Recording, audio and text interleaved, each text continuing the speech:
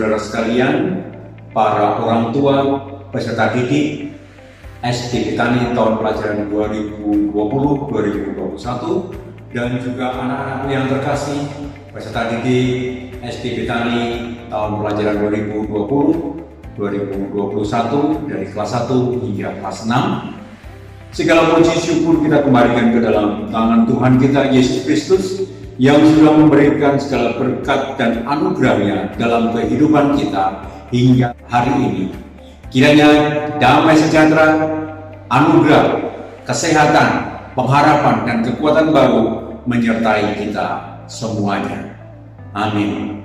Bapak Ibu, saudara sekalian, dan juga anak-anak yang terkasih, mungkin suasana tahun ini kaitannya dengan COVID-19 tidak mengenakan secara pembelajaran, tetapi kami dan seluruh Dewan Guru serta yayasan berusaha memberikan yang terbaik kepada putra-putri kita dan juga Bapak Ibu saudara sekalian, sehingga apa yang kita lakukan ke depannya nanti tetap pada arah dan tujuan yang benar.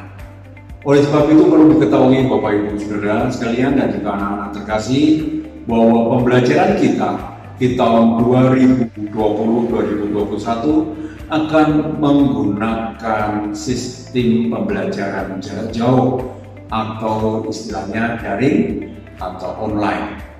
Yang akan kita terapkan atau kita pakai adalah Google Meet dan juga Google Classroom.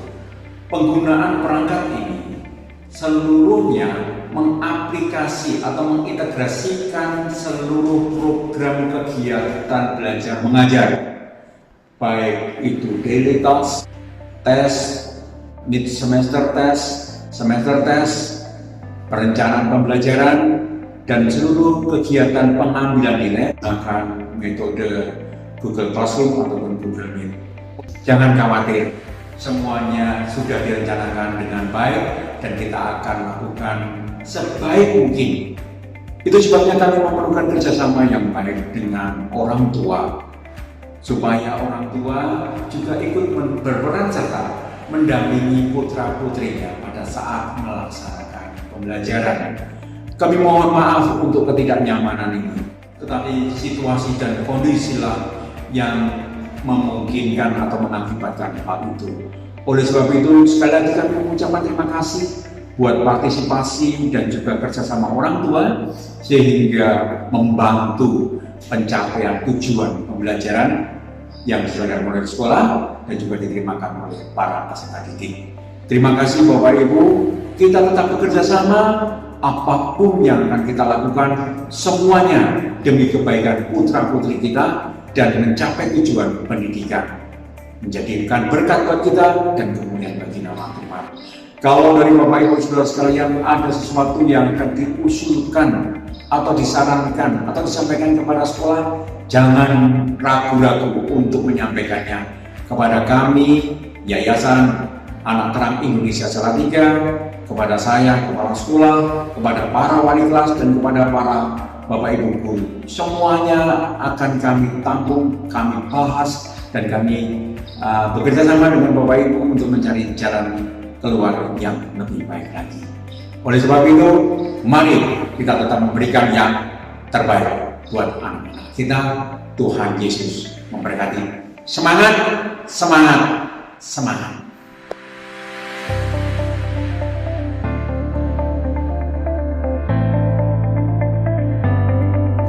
Selamat pagi para orang tua, saya Miss Kiki dari bagian kurikulum. Saya akan menjelaskan tentang kurikulum yang akan dipakai di SD Betani pada tahun pelajaran 2020-2021. Adapun karena COVID-19 ini, kita memakai dua macam pembelajaran, yaitu KBM secara offline dan KBM secara online. KBM offline akan diadakan atau dilaksanakan untuk dua mata pelajaran, yaitu mata pelajaran PE, khususnya untuk aktivitas yang ada di rumah, dan pelajaran Japanese Culture.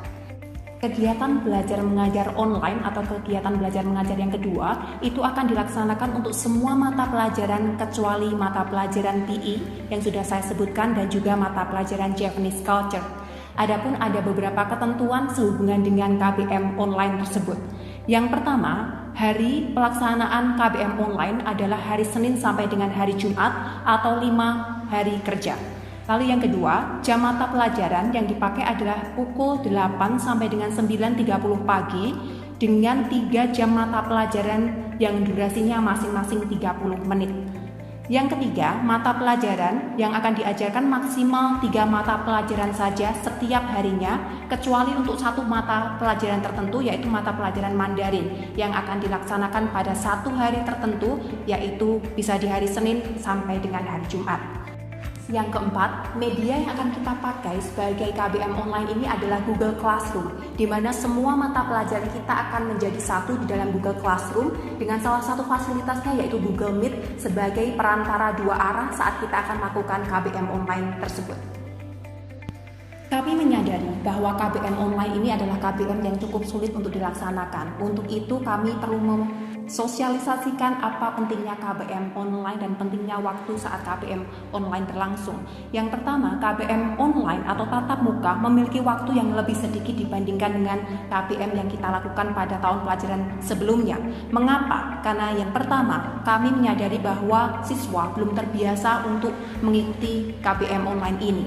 Lalu yang kedua, fokus anak yang berkurang dibandingkan dengan KBM tatap muka.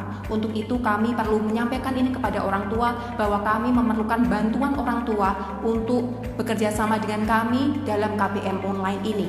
Dikarenakan banyaknya kendala-kendala yang mungkin dapat dirasakan oleh anak-anak, mungkin dari segi pengawasan, mungkin dari situasi rumah, ataupun keleluasaan dan juga kondisi penglihatan dan sebagainya. Untuk itu pentingnya waktu ini kami juga memerlukan kerjasama daripada orang tua. Model pelaksanaan pembelajaran untuk KBM online ini cukup berbeda dengan model pelaksanaan pembelajaran di tahun pelajaran sebelumnya. Jadi guru akan masuk dan juga membuka Google Meet mereka untuk bertemu dengan siswa secara online. Setelah itu akan ada pengecekan kehadiran siswa yang pada saat itu mengikuti kegiatan pembelajaran online. Dan dilanjutkan dengan berdoa bersama-sama untuk memulai pembelajaran pada hari tersebut. Setelah pengecekan dan juga berdoa, KBM yang pertama akan berlangsung dengan satu indikator pembelajaran saja yang dapat dicapai oleh guru dan juga peserta didik pada hari tersebut.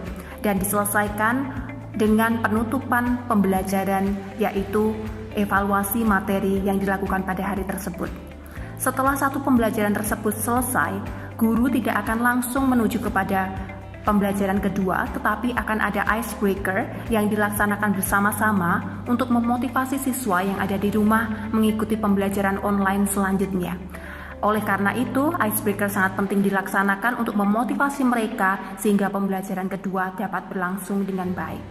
KBM dengan satu indikator pembelajaran akan dipaparkan setelah icebreaker selesai dan dilanjutkan dengan penutupan materi pembelajaran dan juga offline task yang mungkin akan diberikan oleh guru yang bersangkutan maupun wali kelas yang bersangkutan.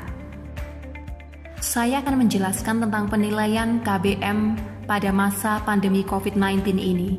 Yang pertama, penilaian yang akan dipakai adalah penilaian formatif. Apa itu penilaian formatif? Penilaian formatif adalah penilaian yang menilai proses. Untuk itu kami akan menekankan pada daily task yang akan dilakukan oleh para siswa untuk menjaga prinsip-prinsip penilaian, salah satunya validitas. Kami menyadari bahwa sistem penilaian seperti ini akan menjadi lebih valid ketika dilakukan pada masa pandemi ini. Yang kedua, bentuk-bentuk penilaian. Yang pertama, praktik yang memuat aspek psikomotor dan juga kognitif seperti presentasi, tanya jawab secara langsung, review di akhir pembelajaran yang memastikan perkembangan individu dan peserta lain yang memungkinkan untuk dilakukan secara online maupun offline. Lalu yang kedua, tentang proyek dan juga tulisan. Ini juga dapat dikerjakan secara offline yang nantinya akan diberikan kepada para guru ketika mereka sudah selesai mengerjakan dalam bentuk proyek maupun tulisan. Yang ketiga, adanya tes dengan Google Form hanya digunakan sebagai alternatif penilaian dengan tetap memperhatikan prinsip HOTS atau High Order Thinking Skill. Kami perlu menyampaikan kepada orang tua bahwa bentuk-bentuk penilaian yang dapat dicari di Google itu tidak akan kami keluarkan dalam tes atau dalam monthly test maupun daily task. Untuk itu kami lebih menekankan kepada daily task yang akan mengukur tentang proses di mana anak belajar sesuatu dan terukur.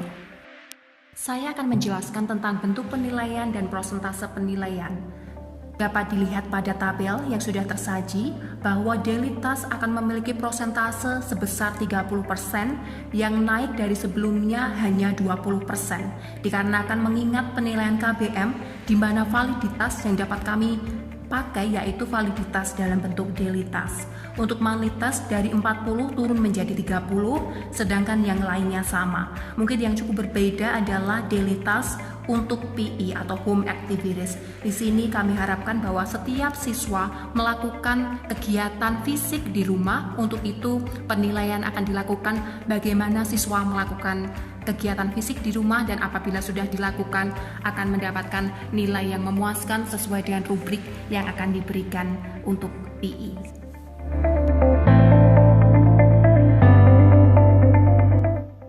Kesuksesan KBM ini akan berjalan dengan sangat lancar apabila ada kerjasama dari kami, orang tua dan juga siswa. Untuk itu kami sangat mengharapkan kerjasama yang baik agar kita dapat mendidik anak didik kita selama masa pandemi COVID-19 ini. Terima kasih, Tuhan memberkati.